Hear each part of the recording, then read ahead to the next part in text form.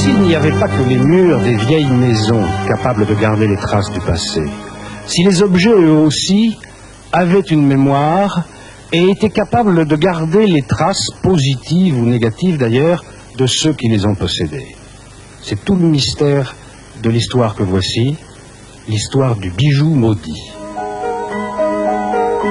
De tout temps, les bijoux ont provoqué passion et convoitise. Certains porteraient bonheur, d'autres, au contraire, seraient maléfiques.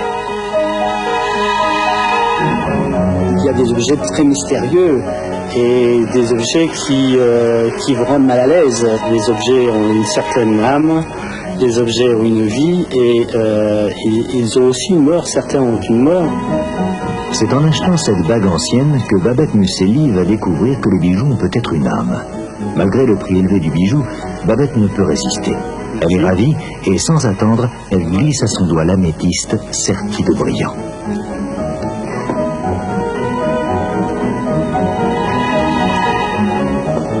J'ai acheté ma bague début septembre. Les problèmes ont commencé à peu près 15 jours, oui, 15 jours à 3 semaines après, parce que j'ai pas regardé. Hein. Alors là, j'ai commencé à avoir des problèmes dans mon travail. Rien ne se passait comme je voulais que ça se passe, parce que j'étais responsable des relations publiques et de l'organisation des réceptions. Pourtant, jusqu'à ce jour, tout allait bien dans la vie de Babette. Mais maintenant, elle est souvent prise de frayeurs inexplicables. Quand elle est seule, elle ressent un profond malaise et éprouve en permanence la sensation d'être suivie.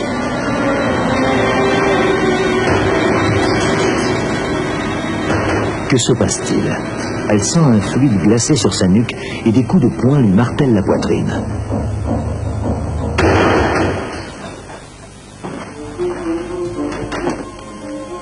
Charles, le mari de Babette, est barman. Comme d'habitude, il rentre très tard de son travail. Mais maintenant, Babette ne supporte plus ces longues heures d'attente. Charles fait preuve de patience, mais il ne parvient pas à comprendre ce changement brutal d'attitude. Babette semble à bout de nerfs. Elle est intransigeante, agressive. Charles est inquiet. La grossesse serait-elle à l'origine de ces tensions? Une femme enceinte peut avoir un comportement psychologique complètement différent à partir du 4e mois de grossesse, qui peut entraîner des troubles très importants vis-à-vis de l'entourage, en particulier un rejet du mari, que ce soit physique ou moral, et un rejet de tous les proches. Il se passe aussi d'autres transformations étranges dans l'environnement de Babette. Ces plantes, dont elle est si fière et qu'elle soigne avec tant d'attention, se mettent à mourir soudainement. Oui, il y a 3 jours. Et regarde l'autre. Dans l'appartement, des plantes vertes dont je m'occupais bien, enfin j'avais la main verte comme on dit, et toutes ces plantes mouraient.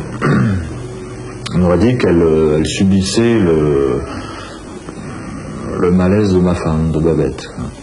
Babette arrive enfin au terme de sa grossesse. Ce sont les premières douleurs. Charles décide de l'emmener à la clinique. Avant de partir, Babette prend soin de retirer tous ses bijoux. Mais son majeur a bizarrement enflé pendant la nuit et elle a quelques difficultés à ôter sa bague. Babette met au monde une petite fille prénommée Alexandra. L'accouchement s'est bien déroulé et Babette est touchée de l'attention et de la tendresse que manifeste Charles. Sont-ils enfin sortis du cauchemar qui les livre depuis plusieurs mois? Depuis la naissance d'Alexandra, Babette semble en effet aller beaucoup mieux. Le couple a retrouvé son harmonie d'antan et quelques semaines plus tard, Babette reprend avec joie son travail.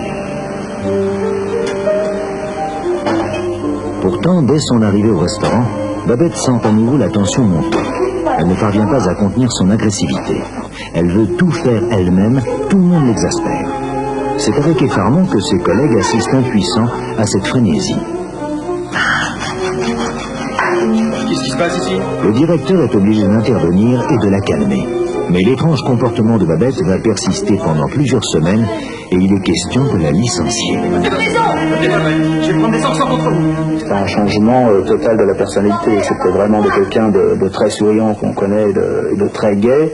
C'était devenu quelqu'un de effectivement un peu triste et odieux surtout. C'est un changement total même dans le regard, je veux dire, de tout. Cela fait maintenant des mois que Babette passe ainsi de l'hystérie à l'abattement. Un soir, un ami de longue date, Jean-Luc, remarque qu'elle semble préoccupée et il la questionne. Avec Charles, on se lave constamment. Et puis, c'est violent, et puis au bureau, il y a des conflits. Jean-Luc croit reconnaître ce que lui dit Babette et lui donne un conseil. Au cours de ce dîner, je ne reconnaissais absolument plus Babette et j'ai trouvé une certaine analogie entre son comportement et le comportement de personnes dites un peu possédées que j'avais pu étudier dans certains livres. Et l'idée est venue à ce moment-là de la présenter à M. Deladé. Babette est sceptique. Elle préfère consulter son médecin, mais elle ne va pas bien. Elle se résout, malgré ses réticences, à prendre rendez-vous chez le médium Serge Deladé.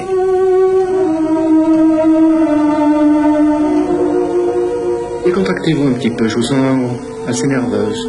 Enlevez votre montre, s'il vous plaît, là sur le bureau. Dès cette première consultation, Serge sent quelque chose de maléfique qui émane de Babette. Sortir les éléments les plus importants. À partir du moment où je me suis occupé de ma mucélie en consultation, j'ai senti une oppression, comme si je manquais de respiration. Et non pas parce que Madame Mucélie était nerveuse, mais simplement parce que je sentais quelque chose, une sorte de présence, de présence négative, d'angoisse. Donnez-moi votre main. Il y a longtemps que vous portez cette bague? Oui, il y a quelques mois. C'est cette bague qui vous apporte la poisse. Je crois que la meilleure des solutions pour vous, c'est de vous débarrasser de cette bague. Il n'y a pas d'autre solution. Il faut la détruire. Je trouvais ça un peu gros. Je suis rentrée chez moi et sont apparus des phénomènes un petit peu bizarres et, je dois dire, angoissants. Ce soir-là, Babette est seule dans l'appartement, quand soudain...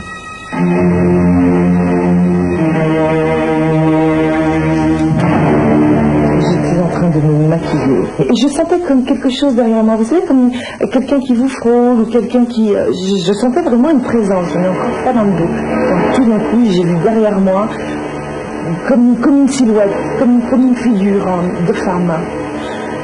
Là, vous savez, ça surprend. Vous vous demandez... alors, je me suis retournée pour voir si cette personne était là, si vous voulez le réflexe quand vous voyez ça. Rien. Rien du tout. La silhouette, la tête, la personne est partie.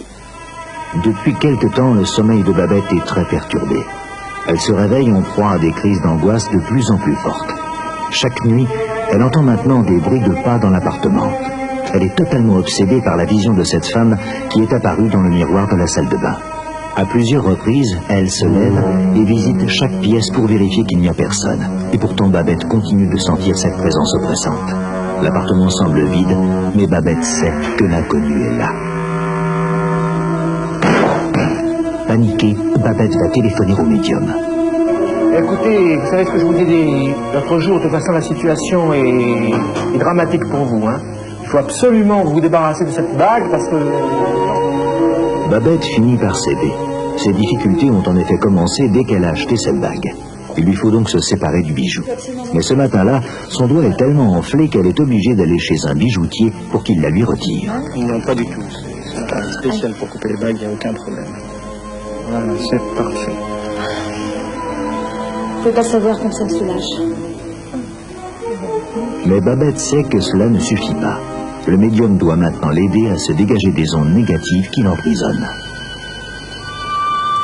Vous avez des ondes qui sont très négatives autour de vous. Vous avez pris votre décision, nous allons agir. Vous et moi. Ce jour-là, nous avons travaillé, elle et moi, afin de la dégager de toutes les ondes négatives qu'elle avait sur elle.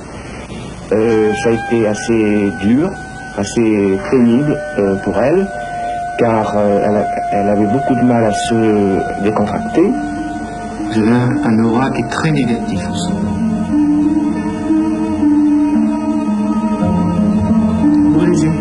J'ai demandé à Babette de me confier ce bijou afin de travailler. Donc je l'ai conservé et j'ai fait une séance de psychométrie sur ce bijou. C'est-à-dire j'ai fait de la voyance sur le bijou. Et le bijou m'a raconté son histoire. son ancienne propriétaire avait été une femme de 49 ans, belle, élégante, une dame très mondaine, qui était morte d'un cancer du sein après des années de souffrance dans un lit d'hôpital, qu'elle avait été d'une certaine manière négligée par ses enfants et plus ou moins rejetée par son mari, et que pendant des années, ce bijou s'était imprégné de toutes les ondes négatives que cette femme avait pu ressentir, et je me suis incorporé dans la personnalité de cette femme. J'ai ressenti exactement ce que ressentait cette personne. J'ai eu une douleur au côté gauche, l'impression d'un coup de couteau. Mon esprit se baladait dans de longs couloirs d'hôpitaux, dans une rue. Je voyais d'une façon assez distincte une façade d'immeuble. Je savais exactement où j'étais, c'est-à-dire que j'ai reconnu, parce que vraiment je l'ai reconnu, j'ai reconnu le quartier et j'ai reconnu une église qui pouvait me servir de point de ralliement. C'est-à-dire que Babette est en train de revivre à quelques années de distance ce qu'avait vécu la première propriétaire du bijou.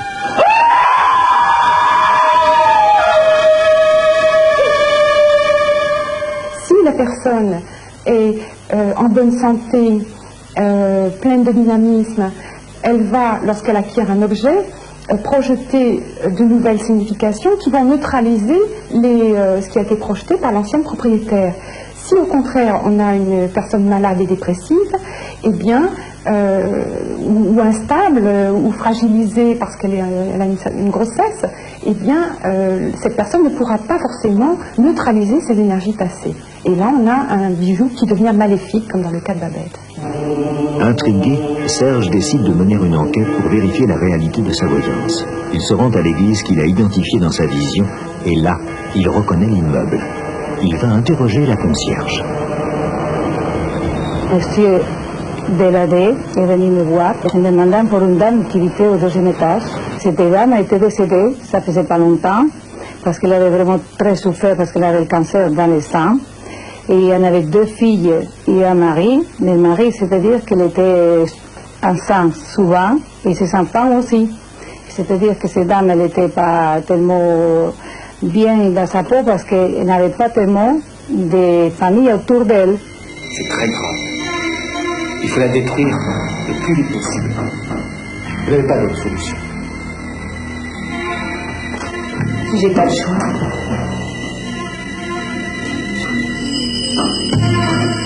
J'avais l'impression qu'il dégageait quelque chose de ses mains, si vous voulez. Et d'un seul coup, ces fameux coups de poing que j'avais l'impression de recevoir quand j'étais en promenade, d'un seul coup, j'ai eu une douleur qui est partie. J'ai l'impression qu'on me retirait quelque chose de la poitrine. Qui est partie, je me suis mise à respirer beaucoup plus calmement. Et après, ça a été terminé.